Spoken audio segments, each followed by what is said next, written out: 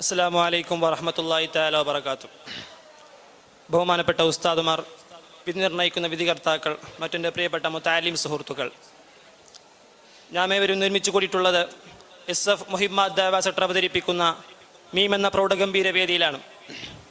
ഈ വേദിയിൽ സൈബർ ലോകത്തെ ചതിക്കുഴികൾ എന്ന വിഷയത്തെ ആസ്പദമാക്കി എനിക്കറിയാവുന്ന ഒന്ന് രണ്ട് കാര്യങ്ങൾ മാത്രം പറഞ്ഞുകൊണ്ട് ഞാൻ എൻ്റെ വാക്കുകൾ ഉപസംഹരിക്കാം. അതിനകത്ത് തുണക്കട്ടെ. ആമീൻ. പ്രിയമുള്ളവരെ, ലോകം ആധുനിക സാങ്കേതിക വിദ്യകൾ ഉപയോഗിച്ചുകൊണ്ട് വളർന്നുകൊണ്ടിരിക്കുകയാണ്.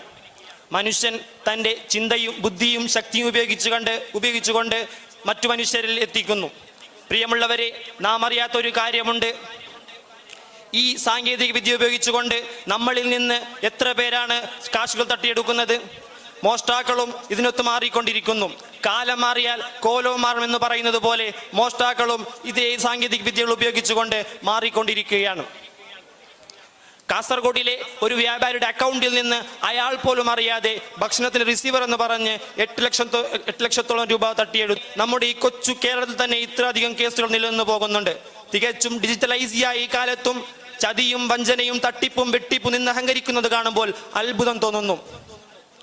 ഇതിപ്പോൾ തട്ടിപ്പുകാരെ പിടിക്കുവാൻ വേണ്ടി ചൈന, ജപ്പാൻ, റഷ്യ, അമേരിക്ക എന്നിങ്ങനെയുള്ള വൻകിട രാജ്യങ്ങൾ വലയുയർത്തി പിടിക്കുന്നത് വെറുതെയാവുകയാണ്. കണ്ണുകളിൽ കണ്ണീർ വെട്ടാതെ കാത്തു നിൽക്കുന്ന പോലീസുകാരും അധികാരികളും നോക്കുത്തിയാവുകയാണ്. പ്രിയമുള്ളവരെ, പാവപ്പെട്ട പട്ടിണിക്കാരുടെ സ്വന്തം മകളുടെ കല്യാണത്തിന് വേണ്ടി അല്ലെങ്കിൽ സ്വന്തം മക്കളെ പഠിപ്പിക്കുന്നതിന് വേണ്ടി എന്തിനേറെ പറയേണ്ടിയിരിക്കുന്നു, ജീവിതത്തിന്റെ രണ്ടറ്റം തമ്മിൽ കൂട്ടിമുട്ടിക്കാൻ ശ്രമിക്കുന്ന എത്രയോ പാവപ്പെട്ടവരുടെ ജീവിതങ്ങളാണ് സൈബർ കുറ്റവാളികൾ വാർന്നു കുടിക്കുന്നത്.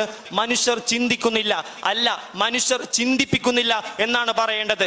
കാരണം അവരുടെ മൊബൈൽ വരുന്ന ഒരു വ്യാജ മെസ്സേജിനെ തുടർന്ന് അവർ ആ മെസ്സേജിനെ ഒട്ടും അന്വേഷിക്കാതെ അവർക്ക് നഷ്ടമാകുന്നത് അവരുടെ പണമാണ്, അവരുടെ ജീവിതമാണ്, അവരുടെ സ്വന്തം ജീവിതത്തിന്റെ അവസ്ഥയാണ് അവർ നഷ്ടമാക്കി കളയുന്നത്.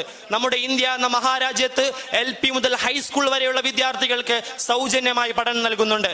എന്നാൽ ഈ കാലയളവിൽ സൈബറിനെ കുറിച്ചോ സൈബർ തട്ടിപ്പിനെ കുറിച്ചോ ഒരു ചെറുകുറിപ്പല്ലാതെ മറ്റൊന്നും കാണാനിടയായിട്ടില്ല. പുതു സെൻസസ് പറയുന്നുണ്ടല്ലോ, ഇപ്പോഴത്തെ മനുഷ്യർക്ക് വിദ്യാഭ്യാസ കുറവ് മൂലമാണ് സൈബർ നിരയാകുന്നതെന്ന് പുതു സെൻസസ് അതിയായ രീതിയിൽ പറയുന്നുണ്ട്.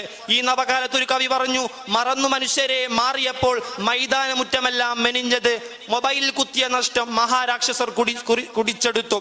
എത്ര അർത്ഥവത്തായ വരികളാണിവ. തികച്ചും ഈ കാലഘട്ടത്ത് യോജിച്ചതായ വരികളാണിവ.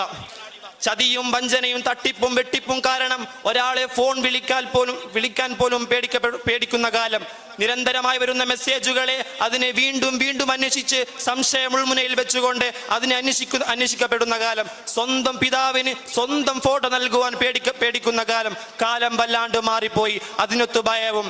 കുറച്ചു കാലങ്ങൾക്ക് മുമ്പ് നമ്മുടെ ഇന്ത്യ എന്ന മഹാരാജ്യത്ത് കുറച്ചു വർഷങ്ങൾക്ക് മുമ്പ് ഇവരെ പിടിക്കുവാൻ വേണ്ടി സെൻട്രൽ ബ്യൂറോ ഓഫ് ഇന്ത്യ അഥവാ നാം അറിയപ്പെടുന്ന CBI നിന്ന് കുറച്ച് സംഘത്തെ നിയമിച്ചിരുന്നു. 4 മാസങ്ങൾക്ക് ശേഷം അവരെ കുറിച്ചോ ആ സംഘത്തിലെ ഒരാളെ കുറിച്ചോ യാതൊരു പരാമർശവും ഉണ്ടായിട്ടില്ല.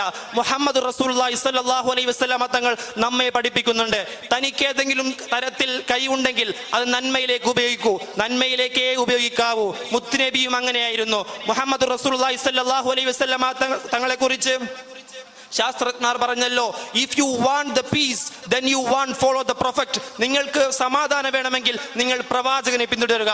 സത്യമെന്നൊരു വാക്കുണ്ടെങ്കിൽ അത് ഈ വാക്കിന് യോജിക്കുന്നുണ്ടെന്ന് ഞാൻ എൻ്റെ മനസ്സുകൊണ്ട് ഉറപ്പിക്കുന്നു.